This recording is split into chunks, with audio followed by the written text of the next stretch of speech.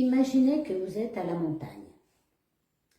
Vous voyez des sommets, parfois bien verdoyants ou parfois couverts de neige. Devant vous s'ouvre une vallée. Le silence est parfait et vous-même vous vous sentez dans un bien-être absolu. Tout à coup, vous entendez « Péché, justice, jugement ! Péché, justice, jugement ! Péché, justice, jugement ! Péché, justice, jugement ! Péché, justice, jugement !» Comme un écho à la montagne. Tout devient sombre. On tourne le dos à cette immensité et dans l'écho des pensées, cette phrase se répète à l'infini. Péché, justice, jugement. Péché, justice, jugement. Ça fait mal, très très mal. Comment, quand je sais de où Dieu m'a tiré, comment puis-je parler de lui aux autres en utilisant cette entrée? Comment, sans aucune retenue, par manque de décence, puis-je parler de Dieu à quelqu'un qui ne le connaît pas? Cette personne peut-elle supposer un seul instant qu'elle a péché? Peut-elle s'imaginer un seul instant ce que signifie justice et jugement? C'est ce qu'on entend quand on évangélise d'ailleurs. Mais moi, je n'ai fait aucun mal. C'est les délinquants qu'on juge, et ça, c'est justice. Vous entendez aussi, mais Dieu, il n'a rien fait pour moi. Et on vous énumère alors une série de malheurs, de plus en plus profonds, et vous vous écoutez pantois. Car la plupart du temps, tout ce qui est dit est vrai. D'autres plus vindicatifs vous diront, il est où ton Dieu? Qu'il vienne, je vais lui dire, moi, ce que je pense de lui. Il n'a rien fait pour moi, alors, basta. Et j'en passe, et des meilleurs. Humainement, c'est foutu. Franchement, humainement, c'est foutu. Si on prend la situation en partant de ce type de pensée. Péché, justice et jugement. Il faut alors aller voir ce que dit Jésus de cette trilogie. Mais avant d'y aller, je vais me donner de la force. Je vais me donner de la force et du courage. Et Jésus, le juste, va m'encourager, même si ce qu'il dit peut paraître dur. Alors, je vais aller dans Jean 15, versets 15 à 17. Non, verset 18, à 21. Si le monde vous hait, sachez qu'il m'a haï avant vous. Si vous étiez du monde, le monde aimerait ce qui est à lui. Mais parce que vous n'êtes pas du monde et que je vous ai choisi du milieu du monde, à cause de cela, le monde vous hait.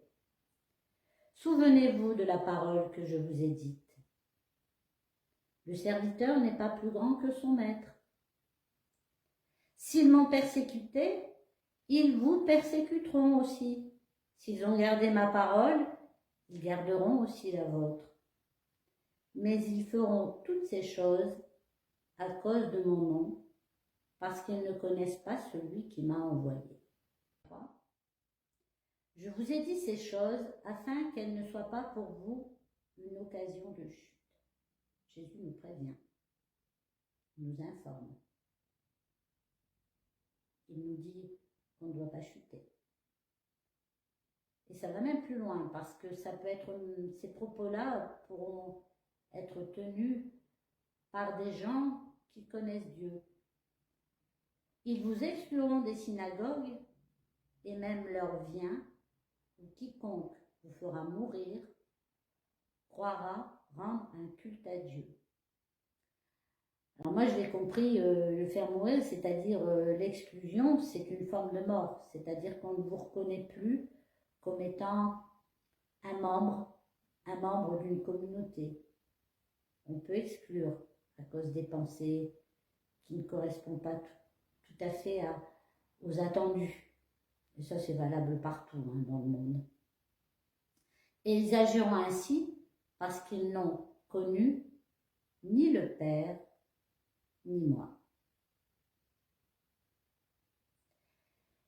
Alors, qu'est-ce que j'ai compris derrière tout ça? C'est donc en connaissance et en compréhension que lorsque j'évangélise, je le fais. Je vais vers les autres, sachant qu'ils vont me dire ce qu'ils me disent. Mais j'ai rien fait de mal. Oh ton Dieu, basta, il n'a rien fait pour moi. Donc ça, il faut le savoir. Que dit-il? Il dit, toujours dans Jean 16, à partir du verset 4, « Je vous ai dit ces choses afin que, lorsque l'heure sera venue, vous vous souveniez que je vous les ai dites. » Là, il dit clairement que ça doit être inscrit dans ma tête et que c'est dans ma tête que tout va se passer. Que vous vous souveniez que je vous les ai dites. Il nous a prévenu. Mais il dit de se souvenir, d'utiliser sa mémoire, sa ressource intérieure.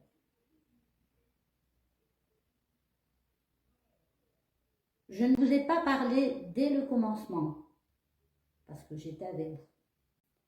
C'est-à-dire qu'avant de prendre cette parole devant vous, j'étais formée dans mon église locale.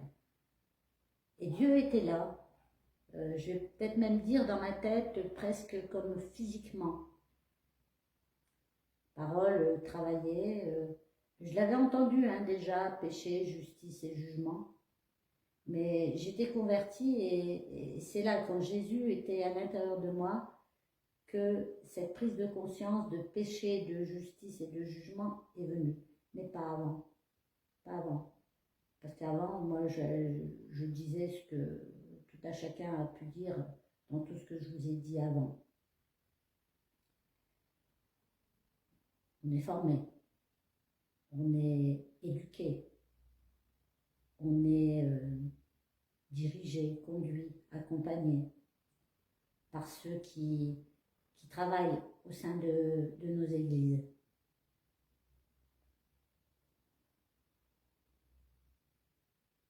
Maintenant, toujours dans le texte, le Seigneur continue. Je m'en vais. C'est-à-dire qu'à un moment, Dieu va vous laisser agir seul, avec tout ce que vous avez dans votre tête. Il l'a bien dit, on doit se souvenir. Maintenant, je m'en vais vers celui qui m'a envoyé. Et aucun de vous ne me demande où vas-tu? Nous, on sait qu'il est parti près du Père et qu'il est à sa droite, qu'il siège et qu'il règne avec lui pour l'éternité.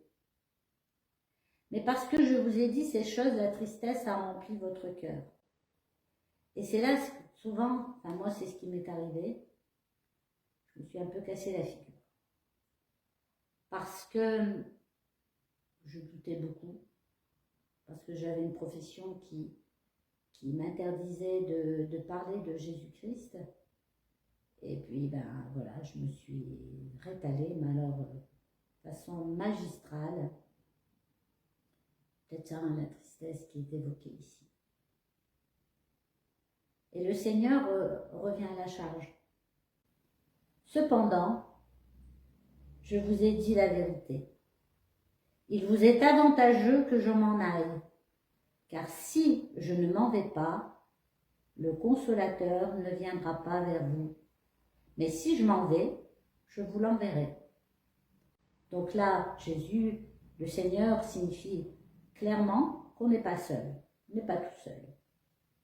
Et quand il sera venu, il convaincra le monde, c'est lui qui va faire le travail, pas nous. C'est lui qui va faire le travail. Il convaincra le monde en ce qui concerne le péché, la justice et le jugement. C'est le Saint-Esprit qui va faire le travail de conviction, de péché, de justice et de jugement.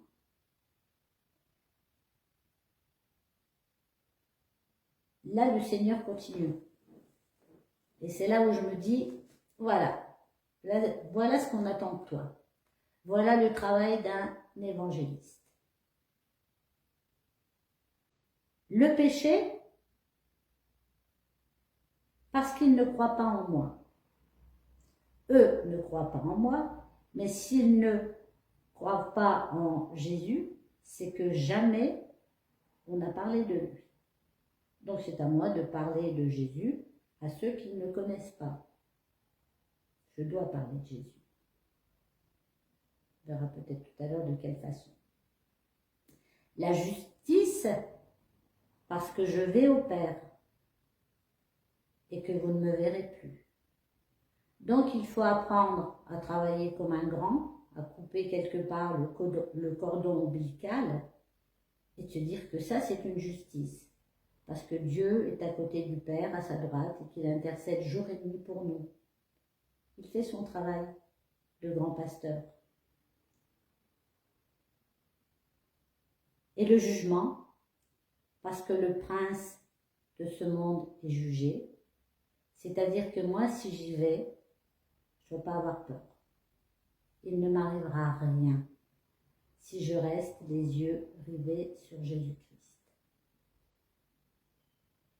Alors, si je résume ce que moi, dans ma petite tête, j'ai compris, c'est que je dois, en tant que grand-mère chrétienne, j'emploie le mot grand-mère parce que maintenant je deviens une vieille femme, je dois parler de Jésus comme moi je sais le faire, pas comme tous les grands évangélistes qu'on a pu connaître. J'arriverai jamais à la hauteur de leur cheville, ni même comme mon pasteur, je ne ferai jamais son travail, mais moi. Je dois parler de Jésus parce que là, il y a un péché qui est immense. S'ils ne connaissent pas Jésus, c'est que je n'ai pas fait mon travail. Même un grain de sénévé, un petit grain de riz, quelque chose d'insignifiant. Je parle, je sème. Et que Jésus va m'aider. Il va m'aider parce qu'il ne va pas me laisser seule. Il va m'envoyer son Saint-Esprit. Ça, j'en ai la certitude. Et je l'ai vu bien souvent dans ma vie. Une fois, j'étais jeune, avant que j'en arrive à comprendre péché, justice et jugement. Je faisais le recensement, un petit job que j'avais trouvé en tant qu'étudiante. Et franchement, je suis rentrée dans une maison. Il se passait quelque chose dans cette maison. Il se passait quelque chose. Je n'ai jamais eu peur. Je n'ai jamais eu peur et j'ai fait mon job. On me demandait de demander des choses. Mais il y avait comme une présence très particulière.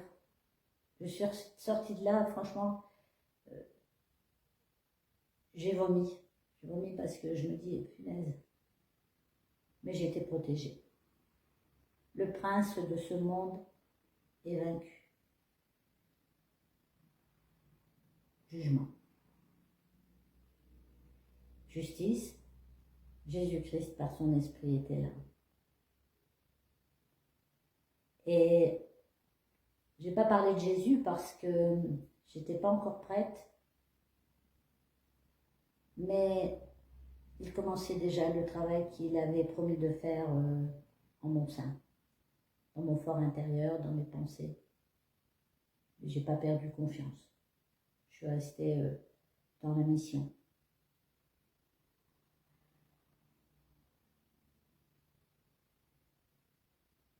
Je terminerai mon propos. J'étais en train de relire mes notes, hein, excusez-moi. Parfois, quand on parle à des gens qu'on ne connaît pas, on perd un peu le fil de ses idées. Et puis, on voit que quelquefois, Jésus, le Saint-Esprit, l'œuvre de Dieu, elle se fait par paliers successifs.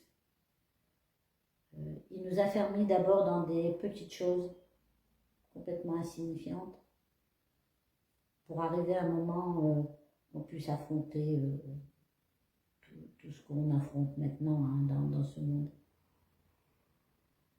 Et on en arrive à Jean 15 comme point d'orgue. Je ne vous appelle plus serviteur, parce que le serviteur ne sait pas ce que fait son maître.